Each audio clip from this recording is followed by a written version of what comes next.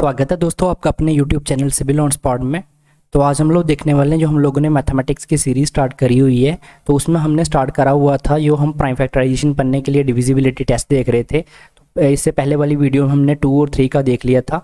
तो हाँ, आज हम 5 का, 7 का और 11 का डिविजिबिलिटी टेस्ट देखेंगे कि किस तरीके से आपको कोई नंबर अगर दिया जाता है, चाहे कितना भी बड़ा नंबर हो, तो कैसे आप बता सकते हो कि ये 5 से डिविजिबल है या 7 से है या 11 से एग्जैक्टली डिविजिबल है कि नहीं है। तो ये आप कैसे बता सकते हैं, तो इसको हम लोग डिस्कस करने वाले हैं।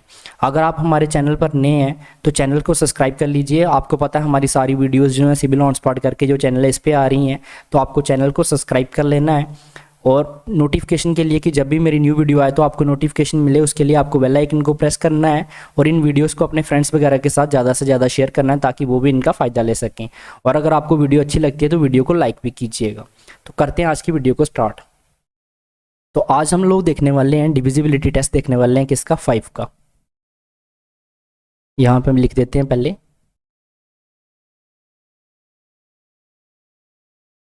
डिविजिबिलिटी टेस्ट किसका देखेंगे, डिविजिबिलिटी टेस्ट ऑफ 5 का। डिविजिबिलिटी टेस्ट ऑफ 5 देखने के लिए हम क्या करेंगे, सबसे पहले आपके पास कोई नंबर होगा, मान लीजिए कोई भी आपके पास नंबर है, जैसे मैं यहाँ पे लिख देता हूँ 2 3 6 9 4 8 5, ऐसे करके एक नंबर लिख दिया। तो आपको क्या करना है, इसमें सबसे पहले इसका यहाँ पे मैं यो बना रहा हूँ, एरो बना रहा हूँ, तो ये स्टेप आपको फॉलो करने हैं। इसका यूनिट प्लेस देखना है, यूनिट प्लेस देखना है या राइटेस्ट मोस्ट प्लेस देखना है। ये होता है हमारा यूनिट प्लेस। ये 10th हो गया, ये 100th हो गया, 1000, ऐसे करके हम, आपने ये 5th में पढ़ा है, मैंने पिछली वीडियो में बताया था। तो यूनिट प्लेस पे क्या है, यहाँ पे 5 है। अगर हमारे यूनिट प्लेस पे 5 हो या क्या हो, 0 हो, यूनिट प्लेस पे कौन से डिजिट हो, या तो 5 हो या 0 हो, तो ये क्या होगा, ओके होगा। ओके का मतलब डिविजिबिलिटी टेस्ट को पास करेगा। इसका मतलब 5 से ये क्या होगा, एग्जैक्टली डिविजिबल होगा। अगर इस नंबर को अब आप डिवाइड करके देखेंगे ना, तो ये 5 से एग्जैक्टली डिविजिबल हो जाएगा। तो आप इसको चेक कर सकते हैं, इसको चेक करके चेक करिएगा कि हो रहा है कि नहीं हो रहा। जैसे मैं यहाँ पे आपको कोई नंबर बता देता हूँ, जैसे 210 है, इसको आपके लिए मैं चेक कर देता हूँ। तो यहाँ पे क्या है, देख सकते हैं आप, 0 है, तो इसको यहाँ पे मैं चेक कर देता हूँ आपके लिए 210 को। इसको अगर मैं चेक करूँगा तो लंबा जाएगा ये, तो इतना टाइम हमारा वीडियोस में नहीं होता है, बच्चे आजकल लंबी वीडियो देखना प्रेफर नहीं करते। तो इसको 5 से अगर मैं करता हूँ तो क्या आ जाएगा हमारा, यहाँ पे 5 4 का 20 1 आ जाएगा, ऊपर से 0 यहाँ पे, तो 2 का आ जाएगा, 5 2 का 10 हो गया। तो आप देख सकते हैं यहाँ पे रिमाइंडर बिल्कुल 0 हो रहा है, तो ये क्या है, परफेक्टली डिविजिबल है, ठीक है, एग्जैक्टली डिविजिबल हो रहा है, प्रॉपर इसमें रिमाइंडर 0 हो रहा है। तो ये 210 क्या एग्जैक्टली डिविजिबल बाई है 5 से। तो ये हमें कैसे पता चल गया, यहाँ पे हमने यहाँ पे इसका यूनिट प्लेस पे देखा क्या है, 0 है। अगर यहाँ पे 5 होता, मान लो 215 होता, तो तब भी ये क्या होता, परफेक्टली डिविजिबल होता, एग्जैक्टली हो जाता। तो अगर हमारे यूनिट प्लेस पे 0 है या 5 है, तो वो डिविजिबिलिटी टेस्ट जो 5 का है उसको क्लियर कर रहा है। इसका मतलब वो 5 से क्या हो जाएगा, डिविजिबल हो जाएगा। तो जब हम प्राइम फैक्टराइजेशन पढ़ेंगे, प्राइम फैक्टराइजेशन जब मैं आपको समझाऊंगा, बेसिकली अगर मैं प्रीव्यू दूं तो उसमें हम लोग प्राइम फैक्टर्स देखते हैं।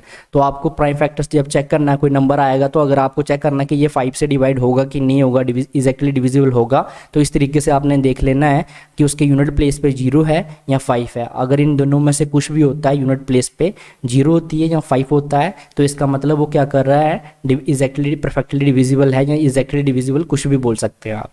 तो इस तरीके से हम लोग 5 का भी चेक कर लेंगे। तो अभी मैंने आपको 5 का भी बता दिया यहाँ पे डिविजिबिलिटी टेस्ट कैसे करते हैं। अब हम लोग नेक्स्ट देखेंगे। नेक्स्ट हमारे पास आ जाता है 7 का। तो 7 का डिविजिबिलिटी टेस्ट अब हम लोग देखने वाले हैं। तो 7 का अगर मैं यहाँ पे बात करता हूँ तो हम देखेंगे, यहाँ पे लिख लेते हैं 217 एग्जाम्पल लिख लेते हैं। ऊपर पहले मैं लिख देता हूँ आपके लिए डिविजिबिलिटी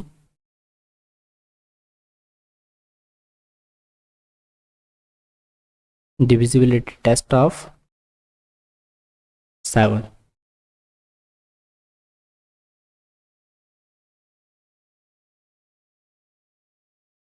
तो यहाँ पे अगर मैं बात करूँ तो आपको क्या करना है, यहाँ पे चेक क्या करना है, जैसे 217 है, तो इसमें यो भी यहाँ पे यूनिट प्लेस पे डिजिट होगा। क्या होगा, यूनिट प्लेस पे डिजिट होगा। यूनिट प्लेस पे डिजिट क्या है, 7 है। तो आपको उसको लिखना है और उसको क्या कर लेना है, डबल कर लेना है। डबल कैसे करेंगे, मल्टीप्लाई करा देंगे 2 से। हर बार मल्टीप्लाई करना 2 से, मतलब डबल कर देना। 7 का डबल क्या होता है 14 होता है, तो इसको हमने 2 से मल्टीप्लाई कराया तो 14 आ गया यहाँ पे। अब इसको 14 आने के बाद में आपको अगला स्टेप क्या करना है, यो नंबर यहाँ पे बचा है, अब बचा क्या है यहाँ पे 21 बचा हुआ है, तो उसमें से 14 को माइनस कर देना है। 21 माइनस 14, अब 14 को 21 में से माइनस करेंगे तो क्या आ जाएगा हमारे पास 7 आ जाएगा। उसके बाद में जो 7 आता है इसको आपने देखना है कि क्या ये एग्जैक्टली डिविजिबल है किससे, 7 से। अगर ये 7 से एग्जैक्टली डिविजिबल है, यहाँ पे जो नंबर आया है अगर ये एग्जैक्टली डिविजिबल है 7 से, तो ये क्या आ जाएगा 1 आ जा रहा है, इसका एग्जैक्टली डिविजिबल है, तो ये मतलब कि हमारा 7 से क्या हो रहा है एग्जैक्टली डिविजिबल हो रहा है, उसके टेस्ट को क्या कर रहा है क्लियर कर रहा है। अगर ये नहीं करता है तो इसका मतलब क्या हो जाएगा हमारा कि वो 7 से हमारा नहीं है। यहाँ पे जैसे हम लोग एग्जाम्पल के तौर पर ले लेते हैं 211, ठीक है। अब हमारे पास यहाँ पे यूनिट प्लेस पे क्या है 1 है, इसको डबल कर देंगे 2 से तो क्या आ जाएगा यहाँ पे 2 आ जाएगा। अब यहाँ पे हम क्या करेंगे 21 में से माइनस कर देंगे 2 से, 2 तो कितना आ जाएगा हमारे पास 19 आ जाएगा। अब 19 क्या, अगर 19 को मैं यहाँ पे बोलूँ 19 डिवाइड बाई 7 करूँगा यहाँ पे, तो क्या ये एग्जैक्टली डिविजिबल है, नहीं है, क्योंकि यहाँ पे 7 2 का 14 हो जाता है और 7 3 का 21 हो जाता है, तो ये एग्जैक्टली डिविजिबल नहीं है। तो इसका मतलब जो 211 है ये 7 से हमारा एग्जैक्टली डिविजिबल नहीं है, ये इसका फैक्टर नहीं है। तो यहाँ से आपको पता चल गया कि किस तरीके से हम लोग क्या है 7 का डिविजिबिलिटी टेस्ट करके देख सकते हैं। आपको सिंपली क्या करना है, यूनिट प्लेस देखना है, जो हमारा यूनिट प्लेस पे डिजिट होगा उसको मल्टीप्लाई कर देना है 2 से, मतलब डबल कर देना है। डबल करने के बाद जो डिजिट पीछे बचे होंगे उनमें उनको क्या करना है, उनमें से जो डिजिट हमने डबल करके आया हुआ उसको क्या कर देना है माइनस कर देना है, और ये वैल्यू निकल के आएगी। सिंगल डिजिट आया, डबल डिजिट आया, थ्री डिजिट आए, 4 आए, जितने भी आए, तो जनरली आपके पास सिंगल या डबल डिजिट ही आएगा, इससे ज़्यादा नहीं आएगा। तो उसको आपको क्या करना है डिवाइड करना है किससे 7 से, क्योंकि अगर 3 डिजिट का करने के बाद फिर से आपके पास 3 डिजिट आ जाए तो फिर क्या पता चला आपको, यहाँ पे जनरली हमारे पास सिंगल या डबल डिजिट ही आते हैं। तो उसको 7 से डिवाइड देखेंगे डिवाइड करके, अगर वो एग्जैक्टली डिविजिबल है तो हमारा डिविजिबिलिटी टेस्ट 7 के लिए भी ओके है।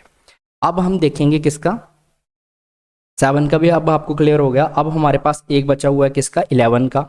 तो 11 का काफ़ी ज़्यादा इंपॉर्टेंट है, और ये थोड़ा सा क्या है ना, इसमें थोड़ी सी आपको यहाँ पे कंसंट्रेशन से समझना पड़ेगा, क्योंकि थोड़ा सा ये इंपॉर्टेंट है। अगर आप इसको प्रॉपर समझेंगे नहीं तो आप इसमें गलती कर सकते हैं। तो यहाँ पे पहले मैं लिख देता हूँ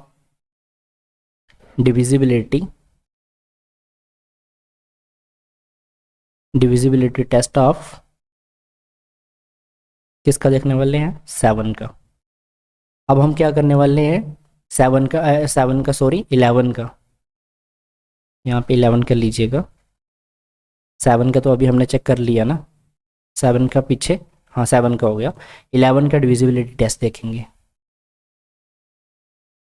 अब आपको समझ आ रहा होगा कि आपके टीचर कैसे बता देते हैं कि मिनट में कि नहीं ये 7 से नहीं जाएगा, 11 से करो इसको, 11 से चला जाएगा। तो बच्चों को काफ़ी ज़्यादा कन्फ्यूज़न रहता है। हालांकि जब मैं पढ़ता था मेरे को भी कन्फ्यूज़न रहता था कि सर कितनी जल्दी कैलकुलेशन कर लेते हैं। तो सर को ये डिविजिबिलिटी टेस्ट पता थे, जनरली ये स्कूल में बच्चों को पढ़ाई नहीं जाते, तो फिर बच्चे क्या करते हैं, उनको समझ नहीं आता कि इतनी बड़ी कैलकुलेशन ये 7 से कैसे पता चलेगा जाएगा। फिर वो पूरी कैलकुलेशन करके देखेंगे, लास्ट में पता चला कि 7 से गया ही नहीं, तो फिर क्या है कि टाइम आपका वेस्ट होता है एग्जाम में। तो आपको टाइम वेस्ट नहीं करना है, आपको डायरेक्ट इससे चेक कर लेना है कि ये जा रहा है कि नहीं जा रहा। अगर ये डिविजिबल हो रहा है एग्जैक्टली तो ठीक है, नहीं हो रहा है तो आपको नेक्स्ट नंबर के साथ चेक करना है, प्राइम नंबर के साथ। और यहाँ पे कुछ बच्चों का डाउट आ रहा होगा कि 6 का क्यों नहीं बताया, 4 का क्यों नहीं बताया। तो बेसिकली हम प्राइम फैक्टराइजेशन पढ़ने वाले हैं। तो प्राइम फैक्टराइजेशन में क्या होते हैं, सिर्फ प्राइम फैक्टर्स होते हैं, तो प्राइम फैक्टर्स का ही देखना जरूरी है। जब नेक्स्ट आगे हमें ज़रूरत पड़ेगी किसकी, जैसे कि 4 की पड़ेगी, 8 की पड़ेगी, 6 की पड़ेगी, तो उनका भी हम डिविजिबिलिटी टेस्ट देख लेंगे। अभी फ़िलहाल हमें जिसकी ज़रूरत है मैं उसी को लेकर चल रहा हूँ, इसलिए ज़्यादा नहीं ले रहा हूँ, क्योंकि काफ़ी ज़्यादा लेक्चर हो चुके हैं। तो कुछ बच्चों को लग रहा होगा कि ये बेसिक ही पढ़ाते रहेंगे, कभी एक्सरसाइज पे आएंगे ही नहीं। तो इसलिए मैं जल्दी से जल्दी आपको अब एक्सरसाइज पे लेके चलूँगा, जिसमें आपका LCM SCF वगैरह सब है, और कुछ नंबर्स प्रॉब्लम्स हैं, वर्ड्स प्रॉब्लम भी हैं। तो उसमें ज़्यादा टाइम नहीं लगेगा, 1-2 दिन का काम है वो, क्योंकि बेसिक आपका इतना स्ट्रांग हो जाएगा ना जब हम लोग प्राइम फैक्टराइजेशन पढ़ लेंगे, अर्थमेटिक्स थ्योरम पढ़ लेंगे, उसके बाद वो क्वेश्चन को आप खुद ही बना लेंगे, इतने ईजी है वो, क्योंकि उसमें कुछ खास है नहीं। फिर आपको क्या, अगर प्राइम फैक्टराइजेशन आपको समझ आ गया एक बार, तो SCF LCM निकालने में कौन सा आपको कोई दिक्कत होने वाली है। उसमें क्या है, आपको फैक्टर्स ही तो देखने होते हैं, तो वो सब चीज़ें आपको कोई दिक्कत ज़्यादा करेंगी नहीं। तो अब आते हैं हम अपने टॉपिक के ऊपर। तो 11 का चेक करते हैं। 11 का चेक करने के लिए आपको क्या करना है, बेसिकली मान लीजिए आपके पास कोई भी नंबर है, जैसे 2 4 6 9 2 3 4 1, ए इतना बड़ा नंबर आपके सामने लिखा हुआ है, अब मैंने बोला 11 के साथ चेक करूं, तो सबसे पहले ना इतना बड़ा नंबर चेक करने में ही आपको बहुत ज़्यादा दिक्कत हो जाएगी कि 11 के साथ ये जाएगा कि नहीं जाएगा।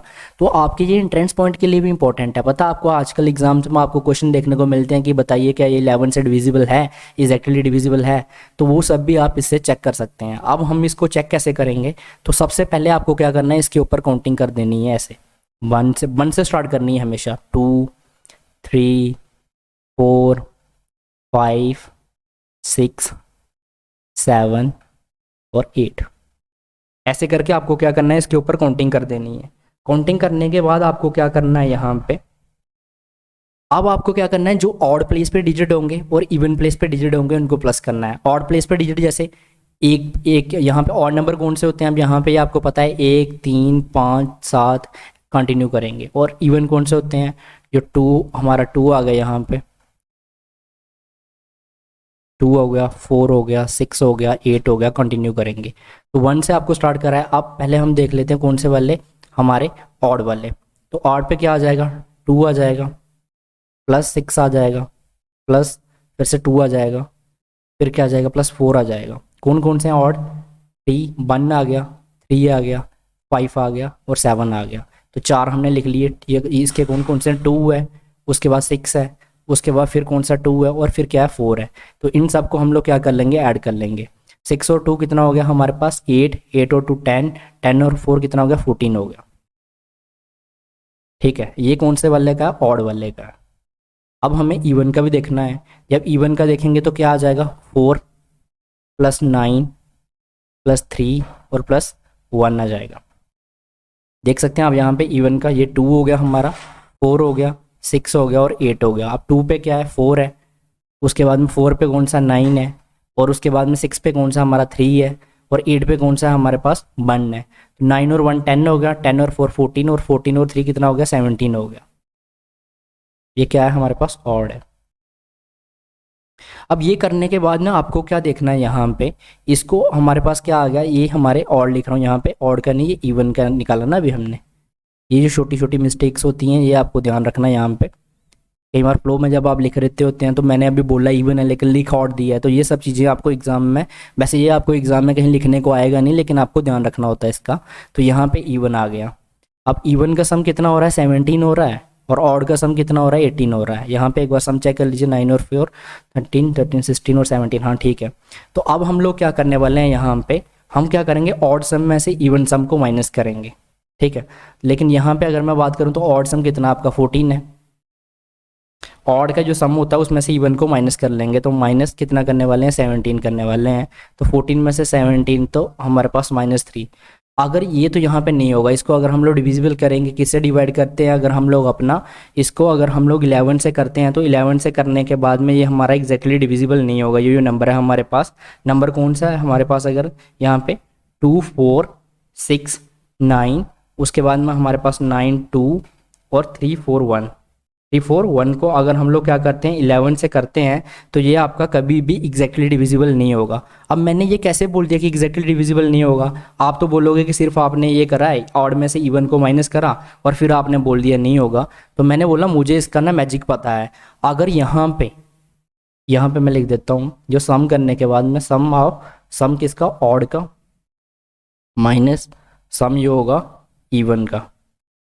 ये करने के बाद में अगर जो हमारे पास वैल्यू निकल के आए वो 0 निकल के आए, और आर यू वैल्यू निकल के आए वो क्या हो, एग्जैक्टली डिविजिबल हो, किससे, डिविजिबल बाई किससे हो, अगर मैं बात करूं तो वो डिविजिबल हो 11 से। तो वो क्या होगा, हमारा 11 को पास करेगा, बाकी वाले हमारे 11 को पास नहीं करेंगे। अब ये चीज़ मैं आपको एक एग्जांपल लेता हूँ यहाँ पे, जिससे मैं प्रूव करके आपको बताऊंगा कि ये कैसे होता है। तो हम एग्जांपल ले लेते हैं अपनी, कौन सी, एक नंबर ले लेते हैं जो 11 से हो रहा होगा, तो उसको मैं बता देता हूँ। ये वाला नहीं हो रहा है तो आपको मैंने चेक करके बता दिया।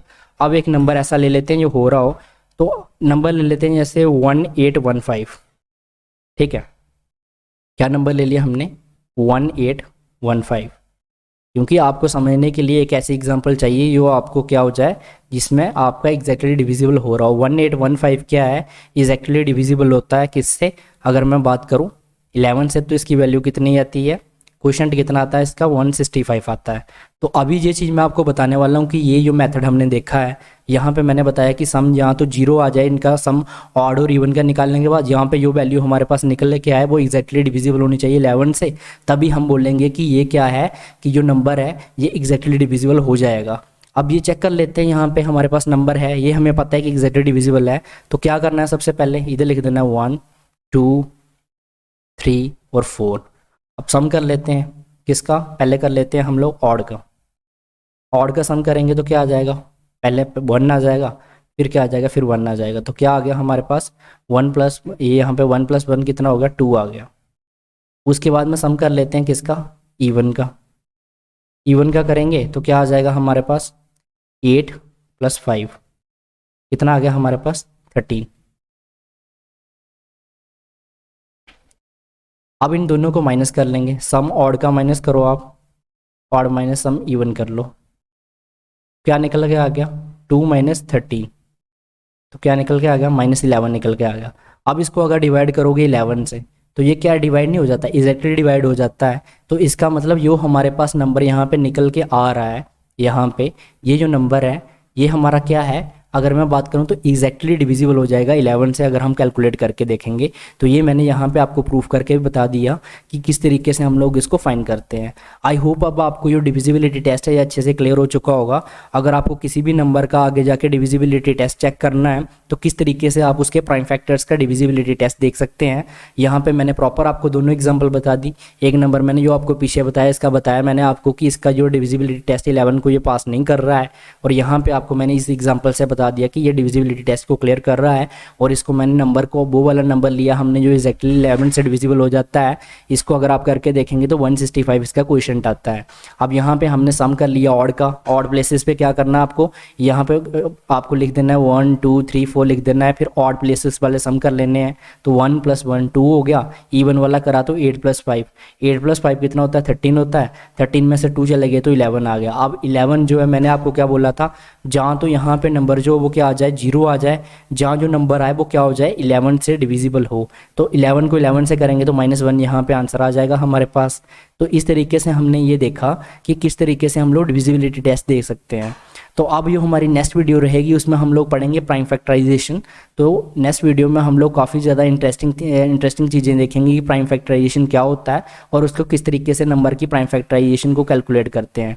तो अगर आपको आज की वीडियो अच्छी लगी है तो वीडियो को लाइक करिएगा, और अगर आप चैनल पर नए हैं तो चैनल को सब्सक्राइब कर लीजिएगा इस, और बेल आइकन को भी प्रेस कर दीजिए।